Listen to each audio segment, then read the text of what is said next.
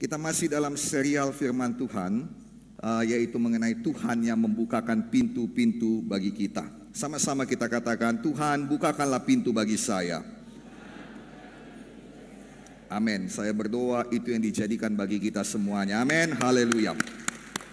Dan hari ini kita akan melihat apa yang terjadi ketika Tuhan membukakan pintu-pintu dalam kehidupan kita. Dan ada banyak hal yang terjadi, tetapi hari ini kita membahas secara spesifik apa yang terjadi apabila Tuhan membukakan pintu berkat bagi saudara.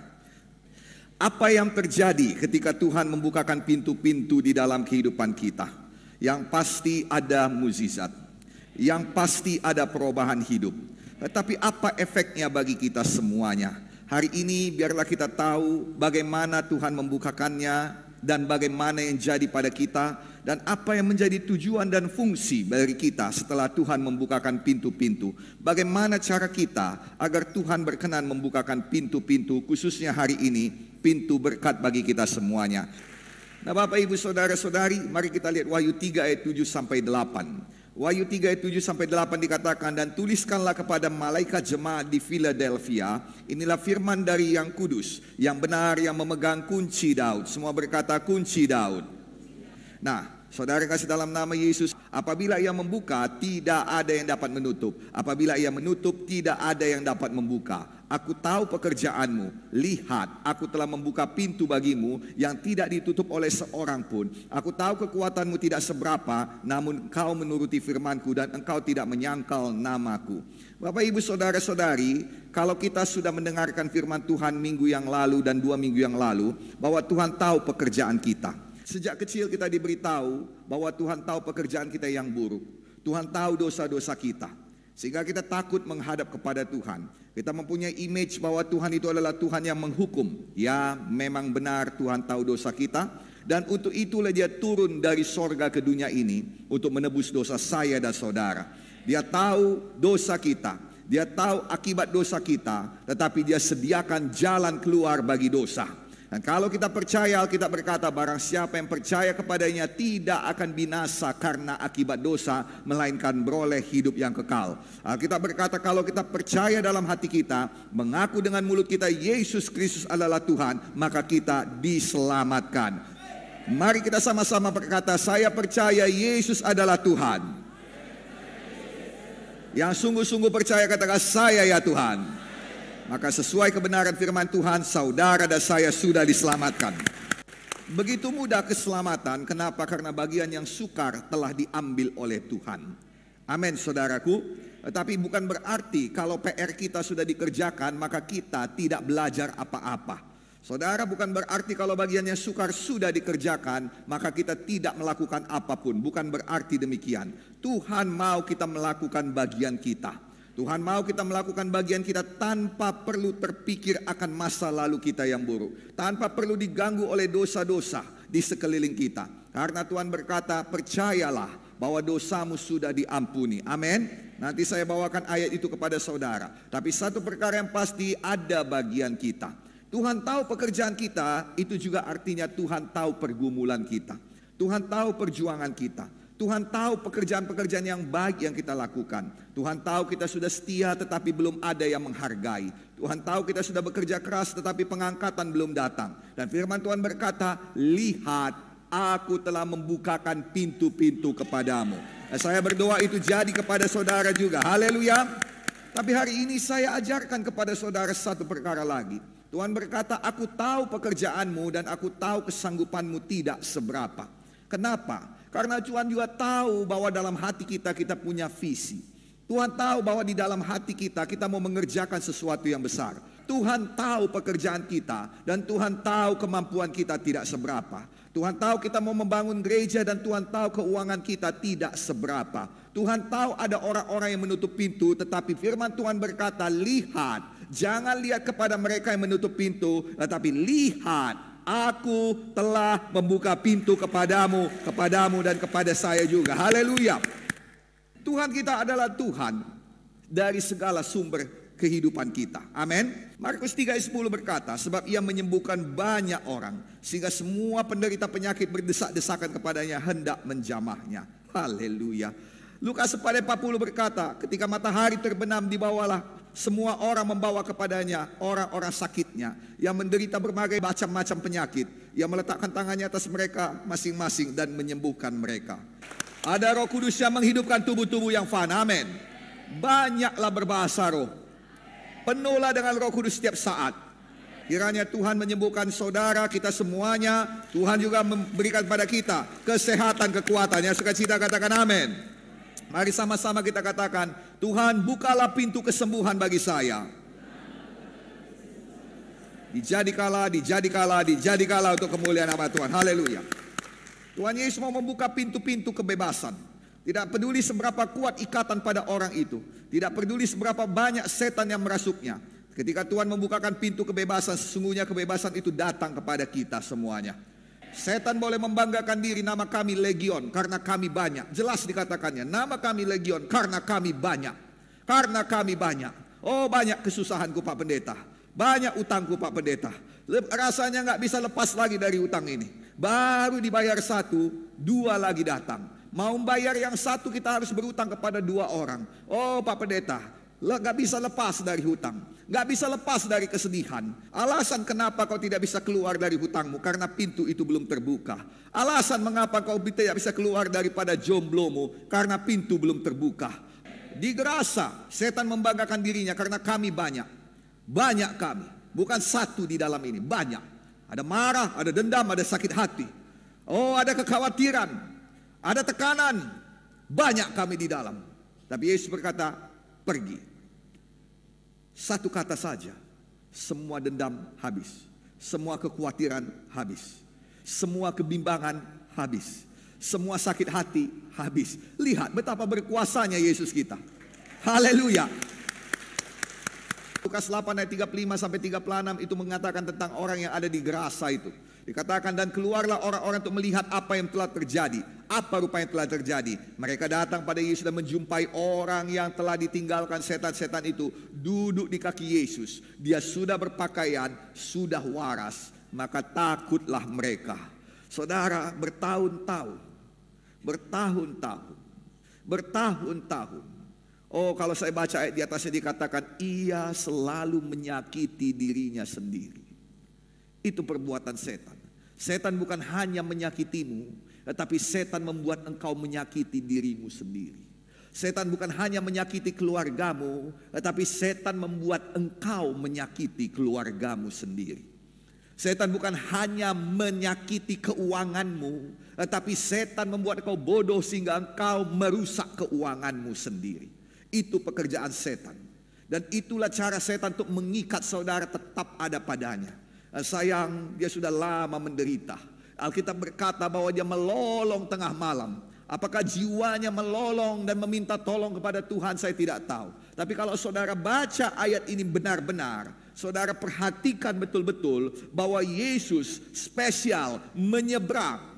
Yesus spesial datang di tempat ini. Yesus tidak melayani untuk satu orang pun. Yesus tidak menyembuhkan siapapun. Yesus tidak bertemu dengan siapapun kecuali untuk orang ini. Dan setan tahu, setan berikan ombak, setan berikan badai, setan berikan angin yang begitu kencang yang mau menghalangi Yesus. Tetapi Yesus kita tidak bisa dihalangi. Yesus kita tidak bisa dihentikan. Ketika dia mau datang kepada orang yang ada di Gerasa ini, dia pasti sampai dan berjumpa kepada orang itu. Ketika dia mau datang dalam hidupmu, tidak peduli seberapa hebat penyakit yang dibuat oleh setan, engkau tidak akan mati sebelum kau terima Tuhan Yesus. Tidak peduli seberapa hebat tekanan yang dibuat oleh setan, engkau tidak akan mati sebelum kau bertemu dengan Yesus. Haleluya. Boleh kita berikan tepuk tangan bagi Tuhan Yesus.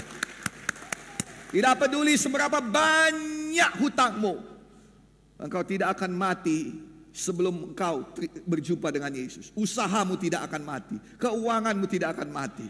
Nah, saya punya kabar baik. Yesus sedang berjalan ke arahmu. Yesus sedang menuju ke tempatmu. Dia tidak akan gagal. Dia akan bertemu dengan engkau. Haleluya.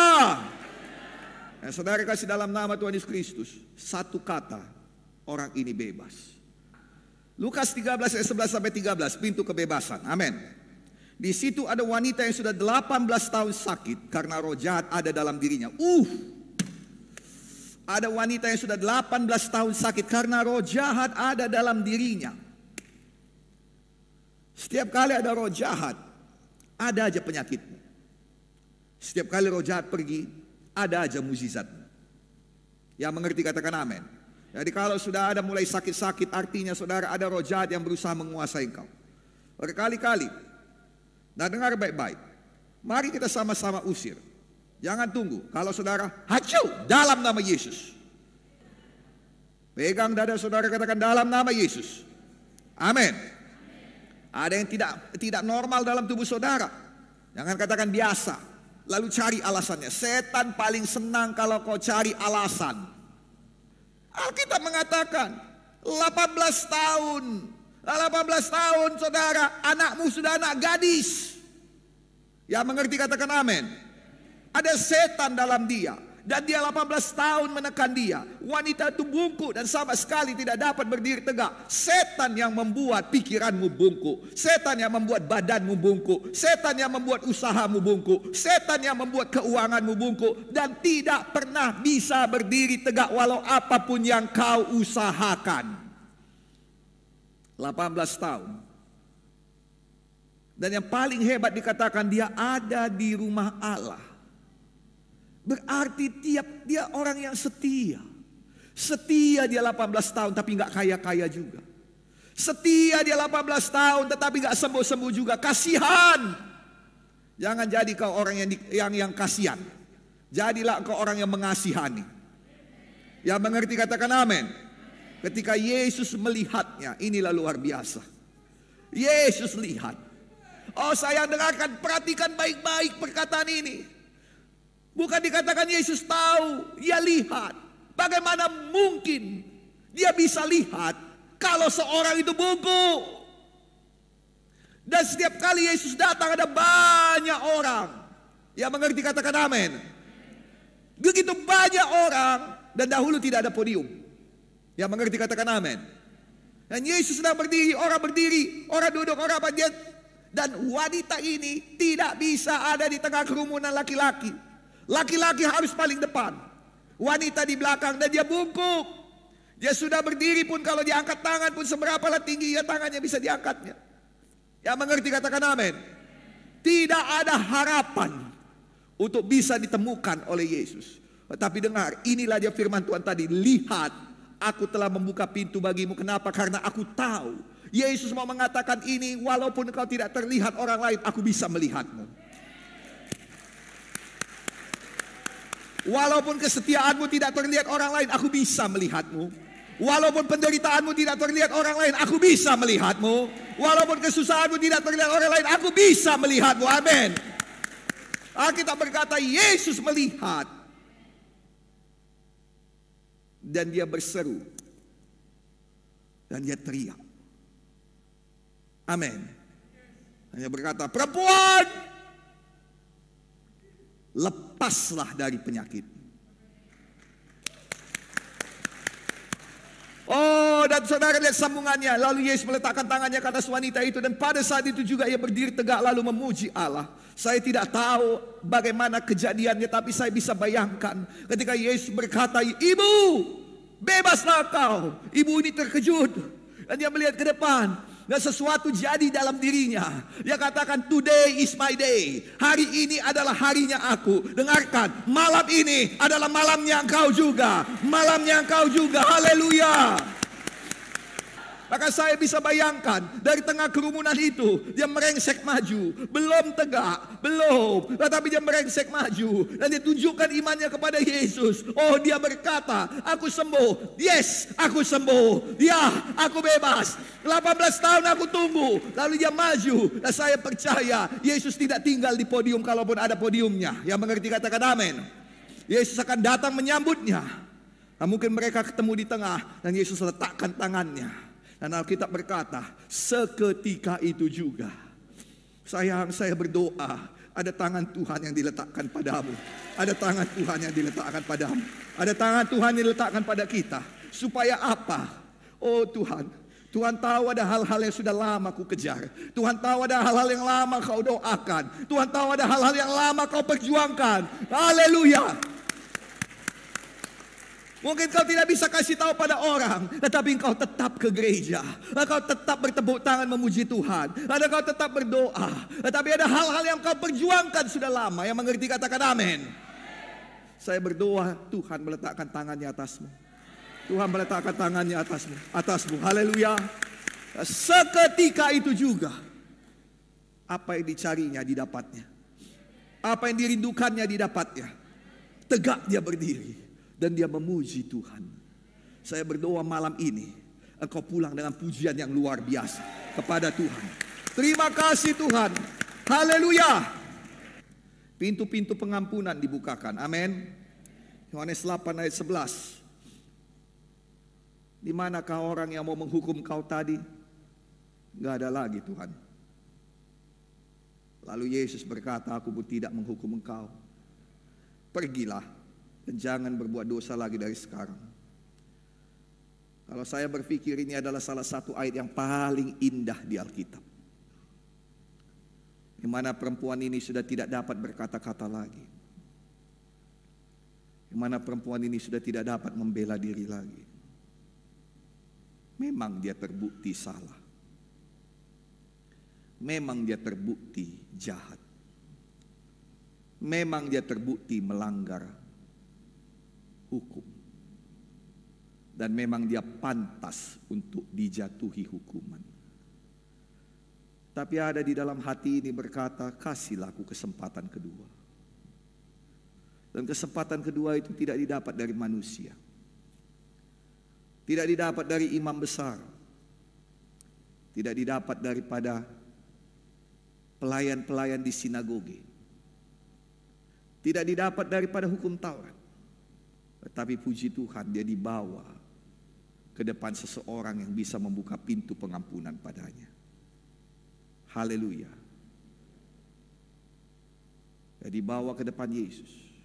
Dan inilah yang saya katakan tadi kepada saudara supaya engkau mengerti. Ini orang kedapatan berdosa. Hukum kita berkata rajam sampai mati. Tapi ketika dia berdiri, dia berkata begini. Dia yang tidak berdosa, hendaklah dia yang melemparkan pertama kali. Makanya saya nggak mau ngomong dosa, karena sejak dahulu engkau dihantui oleh dosa. Saya percaya perempuan itu menangis. Mungkin dia terduduk, dia menangis.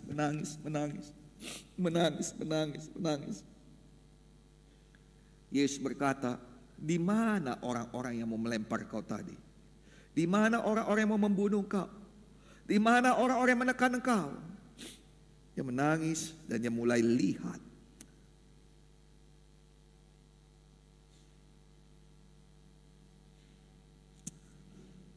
Tahukah apa yang kau dilihatnya? Dilihatnya segala sesuatu sudah jadi baru. Tidak sama lagi. Tidak sama lagi. No, it is not the same. It is very much different. Sangat berbeda. Tidak ada lagi. Tidak ada lagi Tuhan. Di mana penyakitmu tadi? Tidak ada lagi. Di mana orang-orang yang mau menekanmu? Gak ada lagi. Gak ada lagi. Dan dia tahu dia bukan orang yang pantas. Dia tahu dia harus dihukum. Dan dia lihat pada Yesus, dia tahu bahwa Yesus bisa menghukumnya. Satu-satunya orang yang tidak berdosa yang bisa melemparkan batu pertama padanya ada di depan dia. Dan mungkin ketika dia berdiri dan dia lihat Yesus, dia langsung tersungkur lagi. Saya bisa bayangkan ketika dia tersungkur dan mau menangis, Yesus datang. Mengangkat dia dan berkata, aku pun tidak mau menghukum engkau. Oh! Thank you my Lord. Ini adalah ayat yang luar biasa yang melegakan hati. Is it real? Benarkah? Yesus berkata, udah, pergi. Pergilah. Pergilah. Pergilah dengan damai dan jangan buat dosa lagi. Saya bisa bayangkan betapa dia pergi dengan senyum, dengan hidup baru, dengan harapan baru. dengan kepala yang tegak. Begitulah Yesus mau engkau pergi dari hadapannya. Dan itulah misi yang saya bawa di GKII.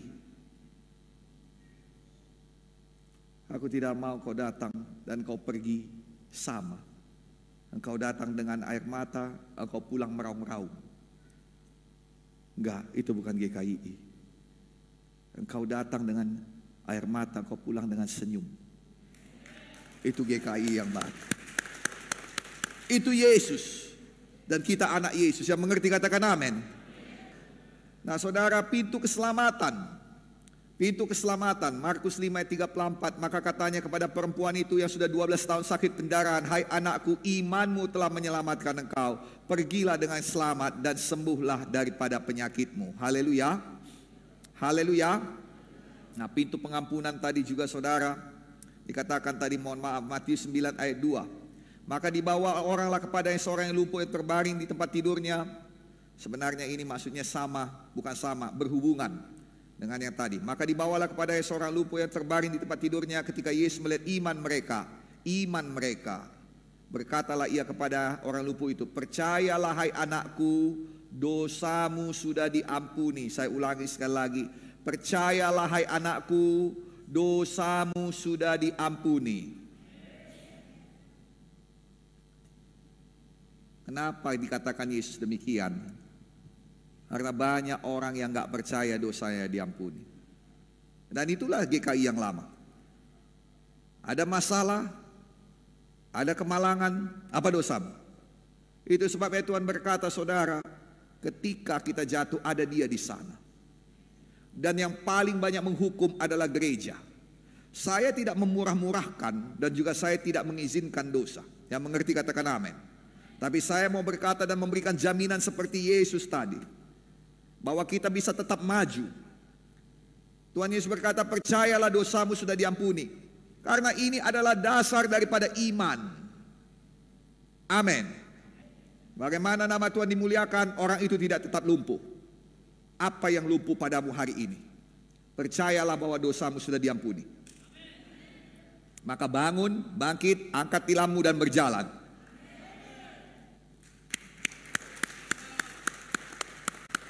Percayalah dosamu sudah diampuni.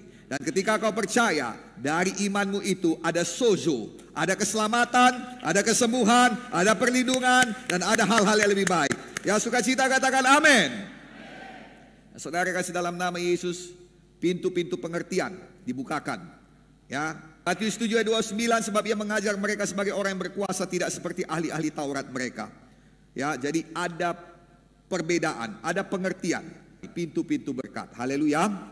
Lukas 5 ayat 2 sampai 7. Malam ini Petrus bersusah payah, berjerih lelah. Dia tebarkan jalannya. Dia tebarkan jalannya. Dia tebarkan, dia tarik. Enggak ada apa-apa. Dia tebarkan, dia tarik, enggak ada apa-apa. Dia tebarkan, dia tarik. Ada rumput laut, ada rumput danau. Dia buang, dia tebarkan lagi, dia tarik. Ada sandal jepit, dia buang. Dia tebarkan lagi, dia tarik. Sepanjang malam, 2 perahu, dia dan saudara-saudaranya bekerja keras, tidak dapat apa-apa. Datang matahari, mereka lelah, mereka hela perahunya ke darat. Dan saya bisa bayangkan, karena saya tahu juga namanya kegagalan. Kalau ada kegagalan dalam hidup saya akan kembali ke rumah dengan banyak pikiran di sini. Yang mengerti katakan amin. Saya percaya Petrus datang dan dia hela perahunya, banyak pikirannya. Satu, dia punya banyak pikiran. Dan saya percaya yang kedua, dia pasti berpikir banyak andai-andai. Yang mengerti katakan amin. Andai saja nggak begini. Andai saja aku tidak menikahi dia. Andai saja aku dahulu bisa lebih baik lagi. Andai saja aku tamatkan sekolahku. Andai saja, andai saja, andai saja. Sekarang lihatlah, udah gagal, udah salah. Andai saja tadi kau tidak marah. Andai saja tadi kau lebih baik lagi. Andai ku terimalah tawarannya. Yang mengerti katakan amin. Lalu kemudian dia terduduk. Dan supaya dia duduk tapi tidak membuang waktu begitu saja, dia bersihkan jalannya. Apa yang tidak diketahuinya, bahwa Tuhan mau datang ke dalam hidupnya. Sayang, Tuhan Yesus itu ajaib. Tuhan selalu datang pada saat-saat di mana engkau butuh. Saya ulangi sekali lagi. Tuhan datang di saat-saat di mana engkau butuh. Dan pada saat itu jangan hilang kesempatan. Jangan hilang kesempatan. Jangan hilang kesempatan. Tuhan tahu Petrus butuh, itu sebabnya dia datang. Dan Petrus bisa saja marah ketika Tuhan datang dan berkata, bisa aku pinjam perahumu? Petrus bisa berkata, Allah, orang asing, gak ngerti persoalan, dia capek hatiku, capek badanku, cuman itu lagi yang aku punya, mau pinjamnya pula, rusak nanti malam gak bisa aku pergi, rusak nanti apa-apa jadi, nanti malam gak bisa anak istriku makan, gak bisa, gak usah. Kan sama juga kan dengan kita, lagi kita butuh Tuhan datang. Saya mau mengatakan pada saudara, ayo beri untuk pembangunan gereja kita. Ayo beri untuk pembangunan gereja kita. Jangan katakan bukan wilayah saya. Dengar sayang, kalau engkau tidak mau memberi untuk bukan wilayahmu, maka harta kekayaan dari wilayah lain pun datang padamu. Alkitab berkata saudara, harta kekayaan dari seberang lautan itu bukan wilayahmu. Yang mengerti katakan amin. Seberang lautan itu bukan wilayahmu. Kenapa bisa datang kepadamu? Karena kau menabur di luar wilayahmu. Yang mengerti katakan haleluya. Hanya akan jadi sangat miskin kalau kita hanya menabur di wilayah kita. Orang-orang yang kaya itu adalah orang-orang multinasional. Dia berkebangsaan Amerika tapi perusahaannya ada di mana-mana. Dia berkebangsaan Indonesia tetapi dia perusahaan di mana-mana. Bukan orang Medan kaya di Medan saja. Sayang, kalau engkau hanya kaya sendirian di kampungmu, engkau belum kaya. Karena Alkitab mengatakan kalau engkau betul-betul kaya, engkau tidak sendirian kaya. Minggu depan kita lihat, amin. Abraham kaya, dia bawa Lot ikut jadi kaya. Amin. Petrus perahunya divisi Tuhan, dia bawa perahu satu lagi penuh juga. Itu baru benar. Itu baru kekayaan yang benar. Saya berdoa saudara mengerti.